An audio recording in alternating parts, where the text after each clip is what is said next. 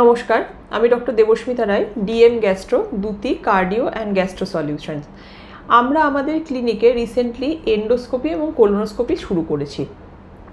আজকে আমি আলোচনা করতে চাই এন্ডোস্কোপি এবং কোলোনোস্কোপি ব্যাপারটা কি, খুব সাধারণভাবে ব্যাপারটা বোঝাতে চাই। এন্ডোস্কোপি ব্যাপারটা হলো মুখের মধ্যে ক্যামেরা দিয়ে পরীক্ষা করা, যার মাধ্যমে আমাদের খাদ্যনালী বা ইসোফেগাস, স্টামাক বা পাকস্থলী এবং ক্ষুদ্রান্তের প্রথম অংশ অর্থাৎ ডিওডিনাম দেখা যায়। কোলোনোস্কোপি পরীক্ষাটা পুরোপুরি উল্টো। এটা পটির জায়গা বা পায়ুদার দিয়ে পরীক্ষা, এটার মাধ্যমে আমাদের বৃহদন্ত্র দেখা যায়।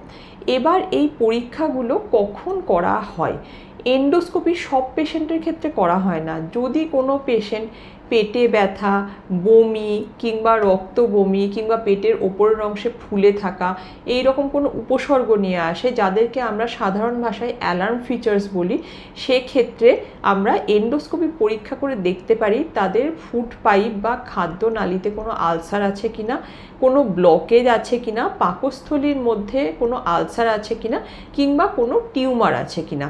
এছাড়া কিছু কিছু রোগ যেমন ক্রনিক লিভার ডিজিজ, তাদের ক্ষেত্রে আমাদের ফুড পাইপের মধ্যে রক্তের শিরা ফুলে গিয়ে ব্লিডিংয়ের সম্ভাবনা থাকে। এইটা ডায়াগনোসিস একমাত্র এন্ডোস্কোপির মাধ্যমেই হয়, যেটা জীবনদায়ী চিকিৎসা দিয়ে এই ব্লিডিংটাকে বন্ধ করে পেশেন্টকে বাঁচানো সম্ভব। কোলোনোস্কোপি পরীক্ষা বৃহদন্ত্রের পরীক্ষা।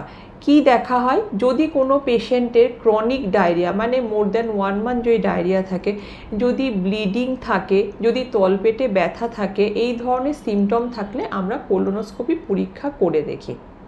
কোলোনোস্কোপি পরীক্ষার মাধ্যমে মেনলি দেখা হয় কোনো আলসার আছে কিনা, কোনো পলিপ বা মাংসপিণ্ড বেড়ে আছে কিনা, কিংবা কোনো ক্যান্সার কিংবা টিউমার জাতীয় কিছু আছে কিনা।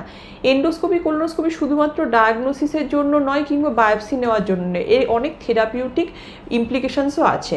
যেমন এন্ডোস্কোপির মাধ্যমে যদি ক্রনিক লিভার ডিজিজে রক্তের শিরা ফুলে থাকে, তাহলে আমরা ব্যান্ডিং থেরাপির মাধ্যমে ব্লিডিং বন্ধ করতে পারি।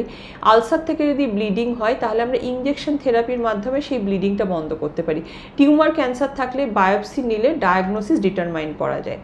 এছাড়া কোলোনোস্কোপির মাধ্যমে যদি ব্লিডিং হয়, ইনজেকশন থেরাপি কিংবা কটারি দিয়ে সেই ব্লিডিং আমরা বন্ধ করতে পারি।